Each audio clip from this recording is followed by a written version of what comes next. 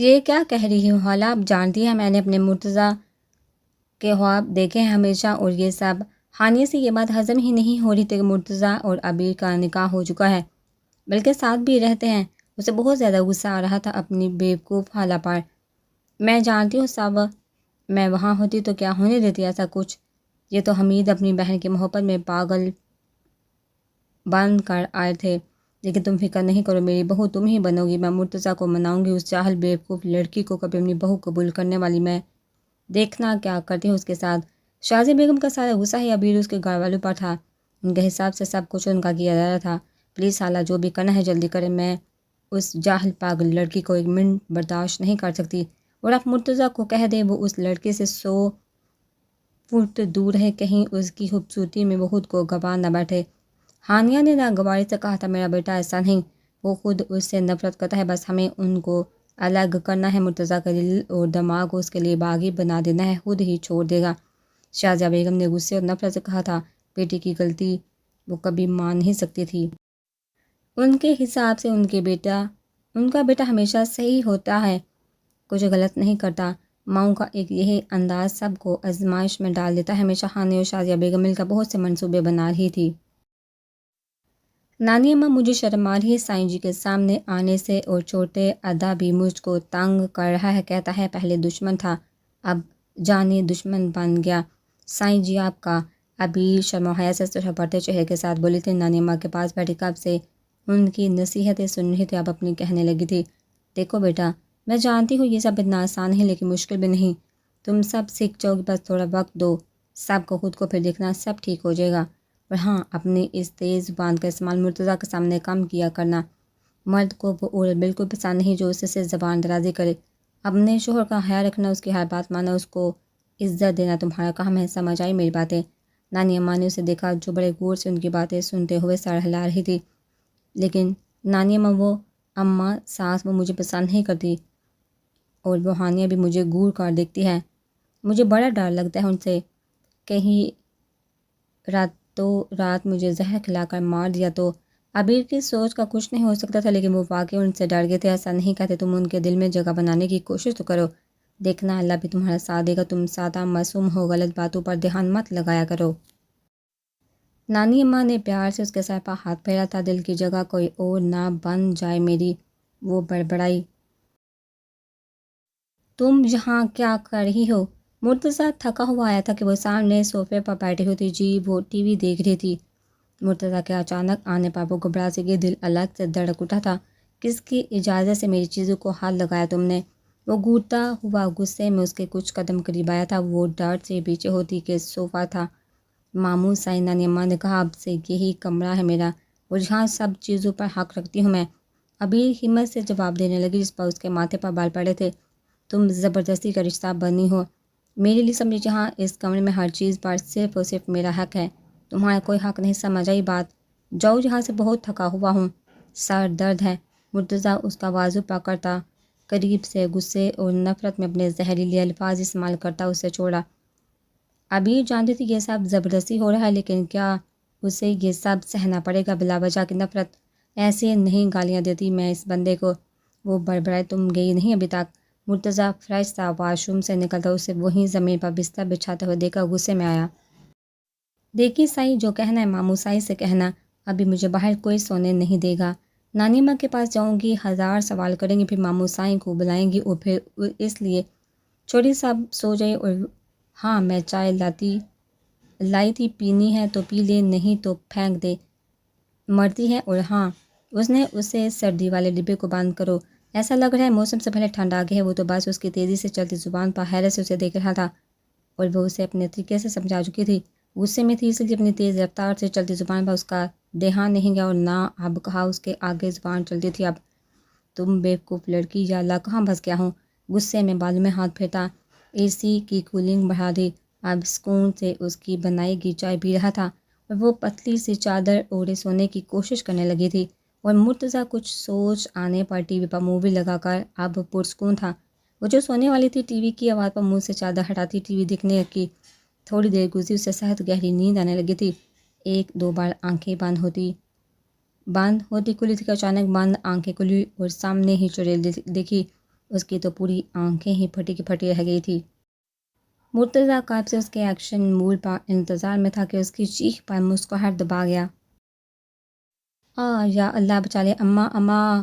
صرف LED کی ہی روشنی پھیلی ہوئی تھی اور اتنی بڑی اسکرین پر بھوت چڑیلے فل بار سین آن تھا۔ ڈر خوف میں چلاتے ہوئے پیچھے ہوتی، بیڈ سے لگی ہاتھ مار کر روتے ہوئے اٹھی بیڈ پر چڑھی۔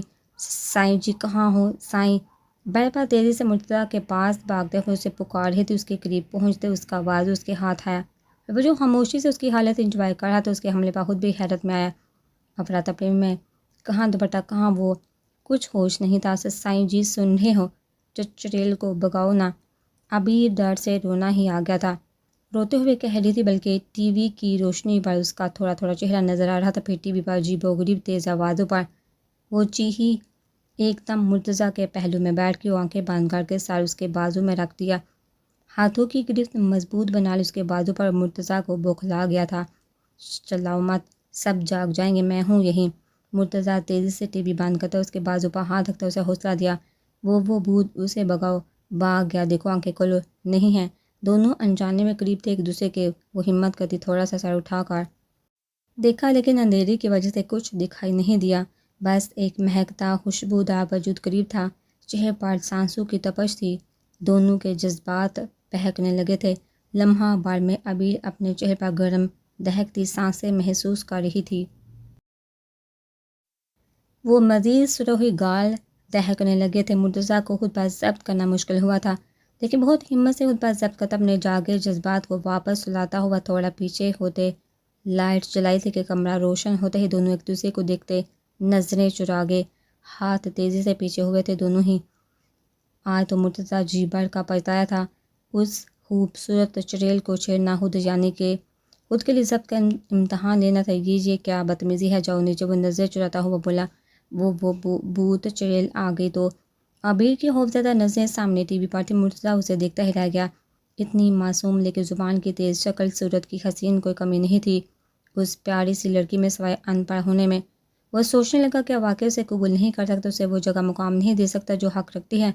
پھر خود ہی اپنی سوچوں کو جھٹک دیا۔ نہیں آئے گی کوئی چڑیل، اب جاؤ سو جاؤ، مجھے نیند آ رہی ہے، اترو بیڈ سے میرے۔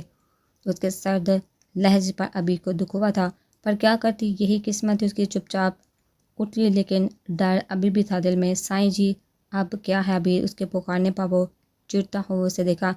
وہ اس ٹھنڈے ڈبے کو گرم کرے، تھوڑا بہت سردی لگ رہی ہے میرے پاس، یہ چادر بھی پتلی سی ہے۔ وہ معصومیت سے اسے دیکھتے ہوئے اپنے دکھ سنائے تھے۔ یہ گرم نہیں ہوتا کیونکہ یہ ٹھنڈا ڈبہ ہے، سمجھے، اگر سردی لگ رہی ہو تو جاؤ وہاں سے کمبل لے لو۔ وہ الماری کی طرف اشارہ دیتا کروٹ بدل گیا۔ اکیلے نہیں، میں چلتا ہوں مہارانی صاحبہ، جاؤ، دماغ خراب کر دیا ہے میرا۔ وہ دہان پیستا غصے میں بڑبڑاتا سونے لگا۔ نا جہنمی انسان! ابھی دل میں اللہ کے کلمات پڑھتے ہوئے آگے بڑھ کر جلدی سے کمبل اٹھاتی اپنے بستر پائی۔ دادو کیا لگتا ہے کچھ چینج ہونا چاہیے؟ دادی اور احمد دونوں سر سے پاؤں تک اسے دیکھتے ہوئے ایک دوسرے کو دیکھا مسکرائے۔ اب تو احمد کا جیسے مشن بن گیا تھا پیر کو اس کی صحیح جگہ دلانا، لیکن سب سے زیادہ اسے بھائی کے دل میں جگہ بنانی تھی۔ کیا ہوا، مجھے ایسے کیوں دیکھ رہے ہیں آپ دونوں؟ عبیر حیرت سے دونوں کو خود پر گہری دلچسپ نظریں دیکھتے ہوئے ناسمجھی میں پوچھا۔ اس کی بات پہ وہ لوگ مسکراتے ہوئے اٹھے۔ چلو ابھی واپس، آج سے تم میری پیاری سی بابی ہو۔ ویسے تو میں سال چھوٹا ہوں تم سے، لیکن آج کل کون دیکھتا ہے۔ آ جاؤ، بھائی کو پہچاننے کے طریقے بتاتا ہوں تمہیں، پیاری بابی۔ احمد شریر لہجے میں اسے چھیڑتا، اس کے خوبصورت چہرے پر رنگوں کا گلال بکھر گیا تھا۔ وہ شرم و حیا سے کچھ بول نہیں پائی تھی۔ چھوٹے ادا یہ سب کرنا ضروری نہیں، مجھ کو ویسے ہی تیرا بھائی پسند نہیں کرتا، مجھے کوئی شوق نہیں جن کاموں قابو کرنے کا۔ مطلب سائیں جی دور ہی اچھے گھبراہٹ سے بولا نہیں جا رہا تھا۔ مرتضیٰ کو جن کہنے اور نانی امر کی آنکھوں نے جملہ درست کروایا تھا، لیکن یہ سچ تھا۔ وہ پھر مرتضیٰ کے ہاتھوں بے عزت نہیں ہونا چاہتی تھی، پر آگے احمد اس کی ایک نہیں سنی۔ وہ بھی تیز دھڑکنوں کے ساتھ احمد کی باتیں سننے لگی۔ چہرہ سرخ ہوتا گیا۔ وہ کب سیٹ پر بیٹھی سو گئی پتہ نہیں چلا۔ حدیق آرام سے چلتا ہوا اس کے ساتھ آگے بیٹھ گیا اور آرام سے اس کا سر اپنے کندھے پہ رکھ دیا۔ تھوڑی دیر اس کے خوبصورت چہرے کو دیکھتا رہا، پھر آرام سے اس کا ہاتھ اٹھا کے اپنے ہاتھ میں لیا اور اپنی انگلیوں کو اس کی انگلیوں میں پھنسا دیا تھا۔ اس کے چہرے پہ جو آگے بال آ رہے تھے ان کی ایک لٹ کو اپنی شرٹ کے بٹن میں دبائے اور اپنا سر اس کے سراپے پر رکھ کے آرام سے سو گیا۔ نیند نہیں آئی تھی، بس اس کی خوشبو اپنے اندر رہا تھا۔ وش کو اپنے سر پہ کچھ باری محسوس ہوا تو اس کی آنکھ کھل گئی، لیکن اس کا ہاتھ کسی مرد کے ہاتھ میں دیکھ کے وہ ڈر گئی۔ جلدی میں اس نے چہرہ اٹھا کے دیکھا تو حیرت رہ گئی، غصے میں اپنا سر دور کیا، پر درد سے ہلکا کرو کے اس کے قریب ہوئی کیونکہ اس کے بال اس کی شرٹ میں اٹکے ہوئے تھے۔ اس کو بہت غصہ آیا اور وہ ڈیڈ بن کے سونے کی ایکٹنگ کر رہا تھا۔ چھوڑا، مجھے کیا بدتمیزی ہے، اٹھو۔ وہ غصے سے بول کے اس کو اٹھا رہی تھی لیکن وہ نہیں اٹھا۔ میں نے کہا اٹھو اور چھوڑو میرا ہاتھ۔ وہ پھر سے غصے میں دور ہونے کی کوشش کر رہی تھی، کبھی بال تو کبھی ہاتھ نکالنے میں ایک ساتھ کرتے ہوئے تھک سی گئی تھی، لیکن وہ اب اپنی گرفت مضبوط کر کے بیٹھا تھا۔ کیا ہے یار، سونے دو سکون سے۔ اس کے بار بار بلانے سے منہ بنا کے بولا، آنکھیں کھول کے اس کے خوبصورت چہرے سے سرخ چہرے کو دیکھ رہا تھا۔ اس کو بہت سکون مل رہا تھا اس کو تانگ کرنے میں۔ وہ غصے میں خود کو چھڑوا کے تھک گئی تھی، اس کی خوبصورت سی آنکھوں میں پانی جمع ہو گیا تھا، اس کا سر نیچے تھا، اس کے ہاتھ سے اپنے ہاتھ کو نکالنے میں لگی تھی اور وہ اس کو دیکھ رہا تھا۔ دل نے کہا کاش یہ پل یہی رک جائے اور وہ یوں ہی اس کے قریب بیٹھی رہے ہمیشہ۔ اب وہ غصے سے اپنے بال کھینچ کے نکال رہی تھی، ایسا کرنے سے اس کو بھی درد ہو رہا تھا، لیکن وہ جلدی سے اس شخص سے دور جانا چاہتی تھی۔ وہ پھر سے اسے سے محبت نہیں کرنا چاہتی تھی یا پھر اپنی سوئی ہوئی محبت کو نہیں جگانا چاہتی تھی۔ اس کی آنکھوں سے آنسو نکل کے اس کے ہاتھ پہ گر رہے تھے اور ہادی کی ہاں بس ہو گئی، وہ اس کی آنکھوں میں اب آنسو نہیں دیکھ سکتا تھا۔ رکو، میں کرتا ہوں آرام سے، ایسا کرنے سے خود کو تکلیف دو گی اور کچھ نہیں۔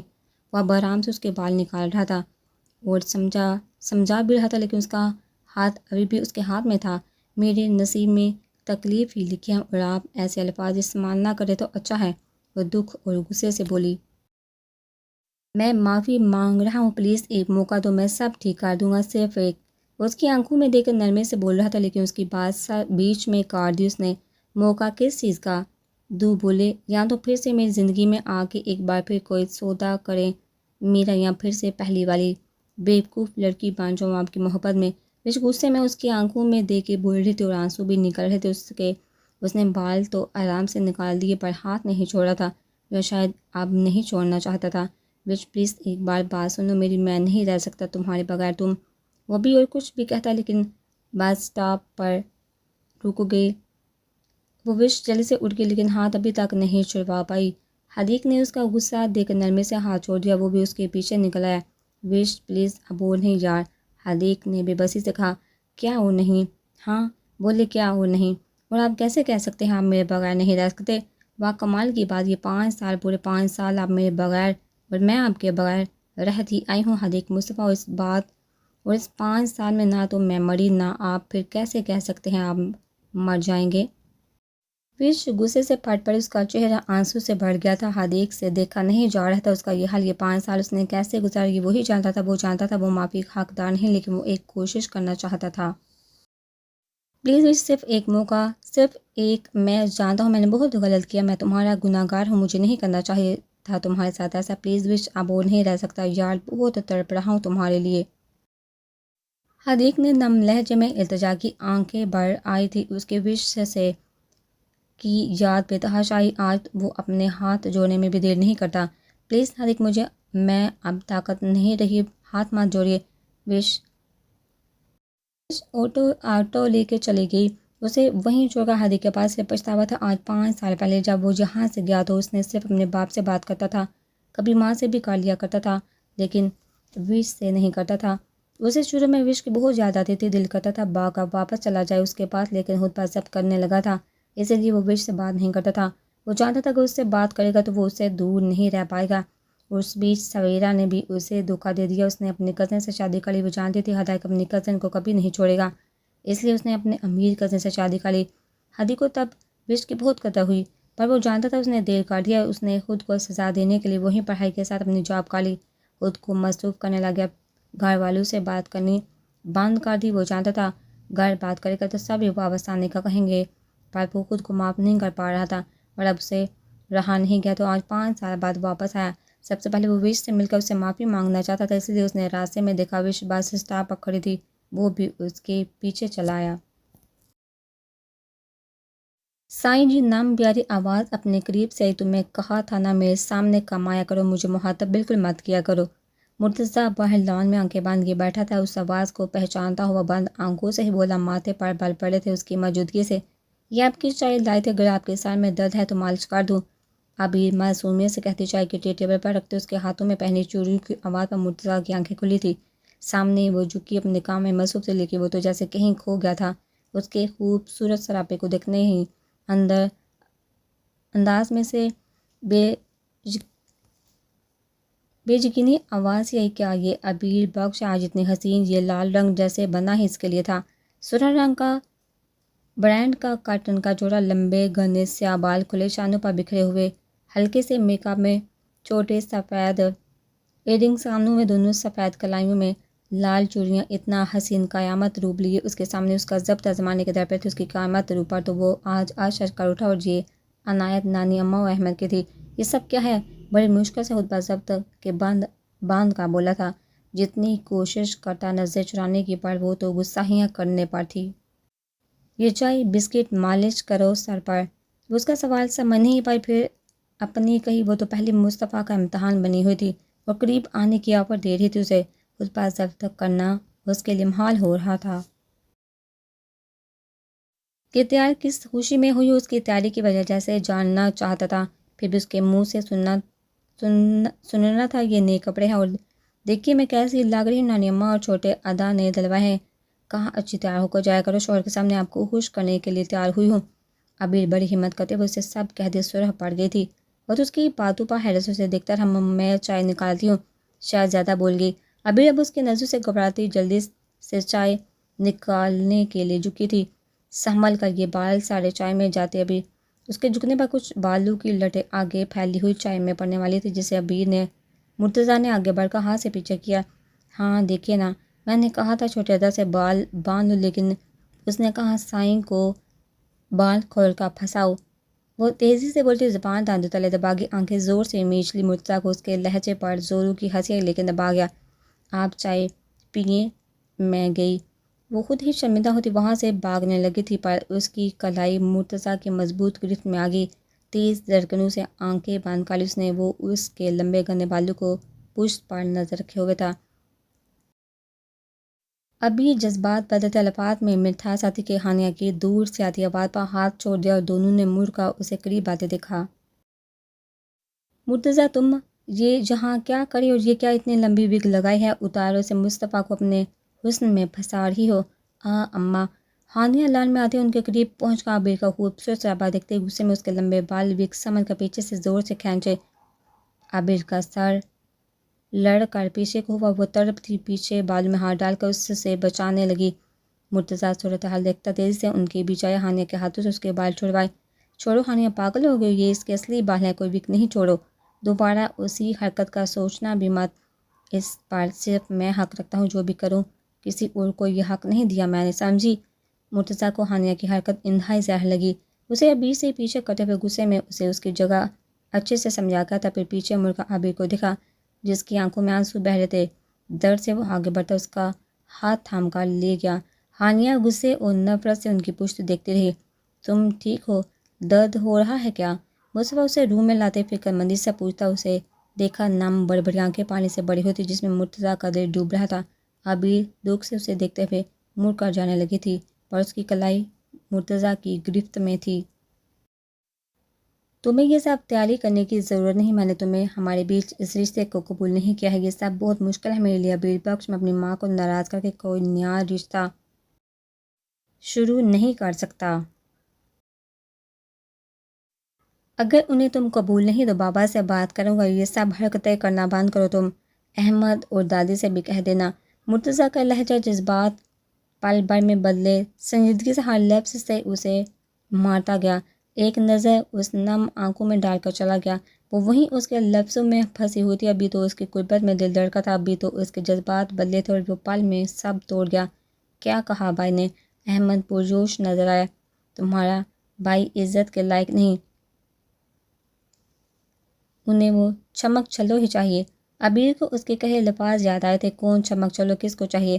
احمد نے ناسمجھی سے دیکھا اسے، اس بے غیرت پولیس والے کو۔ باقی لفظ منہ میں رہ گئے تھے کیونکہ سامنے وہ جلاد اپنے جلاد روح میں اسے کھا جانے والی نظر سے دیکھ رہا تھا۔ کب آئے اسے پتہ نہیں چلا تھا۔ اس کا سانس اوپر کا اوپر اور نیچے کا نیچے ہی رکا ہوا تھا۔ اس کے غصے سے وہ سچ میں ڈرتی تھی۔ دیکھا تھا کہ یہ عورت کبھی سدھر نہیں سکتی، اس میں کتنی بھی محنت کر لیں آپ لوگ یہ جہل گوار ہی رہے گی۔ مرتضیٰ ان کے قریب آتے طنزیہ مسکراہٹ سے بولا تھا۔ عبیر کو اس کی بات اس کا لہجہ بہت چبھا تھا۔ اسے اپنی زبان پر بھی افسوس ہوا جو اسے شرمندہ ہی کروا دیتی تھی۔ گاؤں میں تو یہ عام بات ہے اس کے لیے اپنے کزنوں محلے والوں سے بات کرتے ہوئے، یہاں تو ویسے ہی نہیں پسند کسی کو۔ دیکھ لیجیے گا بہت جلدی اپنے فیصلوں پر پچھتاوا ہوگا۔ میری بیٹی کی زندگی برباد کر دی۔ شازیہ بیگم وہاں سے گزرتے ہوئے اپنے زہریلے لفظوں کا تیر چلا کر گئی تھی۔ تم کمرے میں، مرتضیٰ کودتے ہوئے کہتا واش روم میں چلا گیا۔ دیکھ لیا کیسے کچھ ٹھیک ہوگا، یہاں ہم تم پر محنت کر رہے ہیں، سب کے دل میں جگہ بناؤ اور تم ہو کہ سب کا دل خراب کر رہی ہو۔ کتنی بار کہا تھا اس طرح کے لفظ استعمال مت کرو۔ سمجھ ہی نہیں آتی بات اس لڑکی کو۔ نانی اماں نے سخت گوری سے عبیر کو دیکھا جو نم آنکھوں سے دیکھ رہی تھی۔ بے عزتی پر چہرہ سرخ ہو رہا تھا۔ وہ ہمارے گاؤں میں شبانہ بھی تو ہے، وہ بھی اپنے شوہر کو بغیرت کمینہ یہ سب کہتی ہے۔ اس کا شوہر مارتا تھا اسی لیے، پھر میں تو اسی لیے بولا۔ انہوں نے شروع میں جب مجھے روکا تھا، روڈ پر میرا سامان دیکھنے کو کہا۔ پولیس والے کو اب خود سوچو ماں، اس طرح کسی عورت کے سامان دیکھے جاتے ہیں بیچ روڈ پر؟ پھر سائیں کو وہاں غیرت نہ آئی۔